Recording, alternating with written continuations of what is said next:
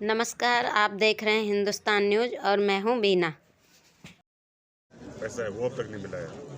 Doctor हड़ताल पर जाते हैं, उनको बर्खास्त कर दिया जाता है। और इससे बड़ा मुद्दा है दिल्ली की सफाई व्यवस्था का। हर गली में कूड़े के ढेर, हर नालियाँ पूरी पैक हुई पड़ी हैं। सफाई व्यवस्था जिस तरह से कूड़ा, दिल्ली को कूड़ा घर बना दिया इन्होंने, ये कई मुद्दे हैं। तो क्या लगता है कि अगर एमसीडी में आम आदमी पार्टी की सरकार आती है तो जो ये समस्याएं अभी हैं क्या वो खत्म हो जाएंगी? देखिए, दिल्ली सरकार में शायद 21 विभाग हैं, उनमें समस्याएं क्यों नहीं आ रही पैसे की? वो तो सरकार चला रहे हैं। निगम के पास टूल टैक्स है, हाउस टैक्स है, कितने टैक्स है निगम के पास? क्यों दिक्कतें आ रही है? खाली करप्शन की वजह से।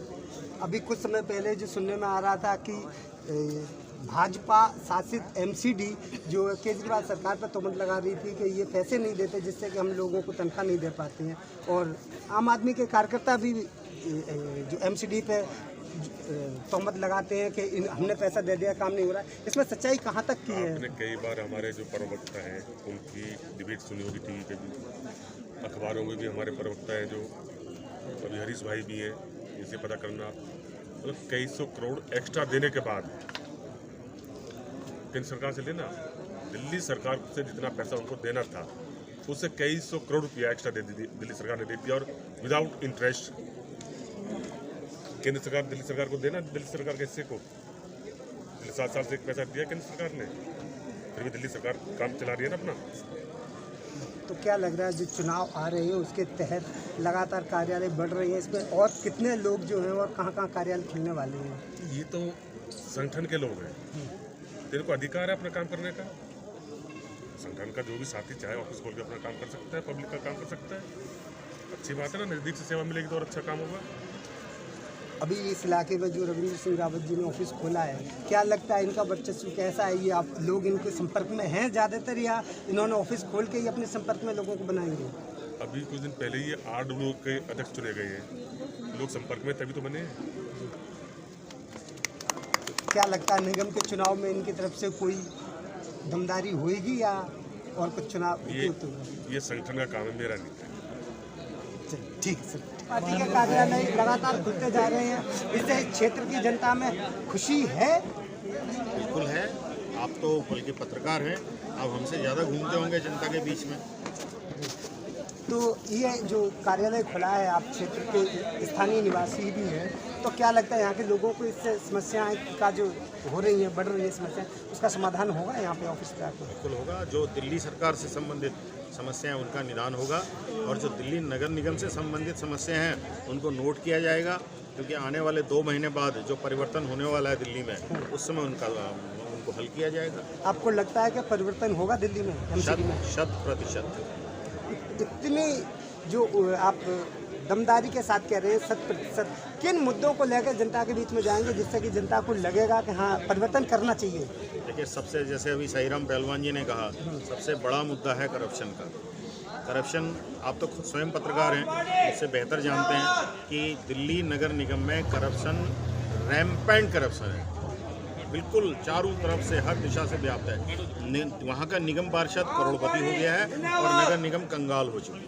क्या लगता है रविंद्र सिंह रावत ने ऑफिस खोला है तो इनका जो है वर्चस्व है इस क्षेत्र में? आपका आइडिया क्या कहता ये है? देखिए, जितने इसमें 200-250 लोग दिख रहे हैं, ये क्या वर्चस्व को प्रमाणित करने के लिए कम है? क्या लगता है इनको निगम में अगर टिकट की तरफ इनकी संभावना बनती है या नहीं बनती है? आप कैसा सोचते हैं? देखिए, मैं प्रकोष्ठ का प्रभारी होने के नाते मेरी भरसक कोशिश रहेगी कि इनको टिकट मिले। भरसक कोशिश रहेगी आपकी इनको टिकट मिले। और दिल्ली सरकार का दारू का जो ठेका खुला है जगह जगह, इसका बहुत विरोध हो रहा है विपक्षी पार्टियों के, तो अब इस पे क्या कहेंगे? सर, आप पत्रकार हैं, आपके पास आंकड़े होंगे। दिल्ली सरकार में पिछले 1993 से लेकर के 2021 तक दारू के अड्डे जितने थे उसमें से करीब 100 कम हुए हैं। इतना आपको पता है ना। बस थोड़ा सा क्या है, स्थान परिवर्तन हुआ है, विपक्षी पार्टी और शोर मचा रही है। सोफिस्टिकेशन हुआ है, क्योंकि पहले राह चलते हुए ऐरे गहरे जगहों पर अड्डे थे, अब उनको सोफिस्टिकेटेड, उनको सारा कमर्शियल प्लेसेस में कर दिया गया है। यही तो फर्क है, सिस्टमेटाइज हो गया है। एमसीडी के चुनाव होने वाला है, तो क्या आप अपनी आम आदमी पार्टी की ओर से दावेदारी प्रस्तुत करेंगे? बिल्कुल। तो इस क्षेत्र की क्या क्या समस्याएं हैं और आपको उसके निदान के लिए क्या योजनाएं हैं? देखिए, समस्याएं तो इतनी हैं कि उन समस्याओं को सुलझाने में पहले तो इनका सिस्टम सुधारने में टाइम लगेगा। इनका पहले सिस्टम सुधर जाएगा तो उसके बाद बहुत काम अपने आप होंगे। आप कहना चाहते हैं कि एमसीडी में भ्रष्टाचार व्याप्त है, उसको आप दुरुस्त करेंगे पहले? व्याप्त ही नहीं, महाव्याप्त है। एमसीडी क्या है आज की डेट में? उसका फुल फॉर्म ही अलग है। महा करप्ट डिपार्टमेंट हो गया। इनका सिस्टम सुधारना बहुत ज़रूरी हो गया। तो आपके इस क्षेत्र में मुख्य क्या योजनाएं हैं जो आप अगर निगम पार्षद बनते हैं या जनता चुनती है, पार्टी टिकट देती है, जनता चुनती है, तो आप इस क्षेत्र में क्या क्या प्राथमिकताएं हैं जिसको आप पहले करेंगे? देखो, मैं पढ़ा लिखा हूँ। हमें किस तरीके से क्षेत्र की जो भी समस्या है, चाहे यहाँ पे गलियों की समस्या है, एमसीडी का काम ही क्या है? गलियों को साफ करना, गलियों को ठीक रखना, लोगों के रिस्पेक्ट करना, उनके काम उनके घर पे जाके करके आना। ये नहीं कि उनको दौड़ाओ जीतने के बाद। हमारा काम ये रहेगा एक से उनके घर जाके सुने, उनकी समस्या दूर करेंगे। आप देखो, जब डेंगू कितना फैल गया था पहले, उस समय भी हमने काम किया, जबकि यहाँ उस समय रिजर्व सीट थी। आप हमारा पुराना रिकॉर्ड निकाल सकते हो। तब हम लोगों ने छिड़काव किया।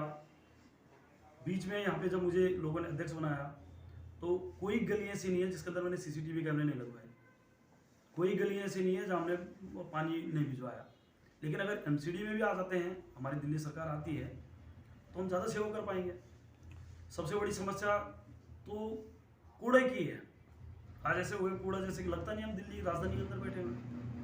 आप अपने कैमरा घुमा के देखो पीछे क्या हाल है। नहीं, मैंने तो ले लिया, आपके घर के ऑफिस के बगल में ही एक है, वहाँ पे मैंने उसका बहुत बुरा हाल है। बुकिंग ले लिया हूँ। तो आप सोचो, जब हमें पसंद नहीं है कूड़ा तो औरों को भी नहीं होगा पसंद।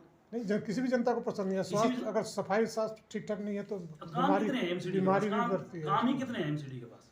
2-3 काम दे रखे हैं, वो भी नहीं करना। चलिए, बहुत बहुत धन्यवाद आपका बातचीत करने के लिए।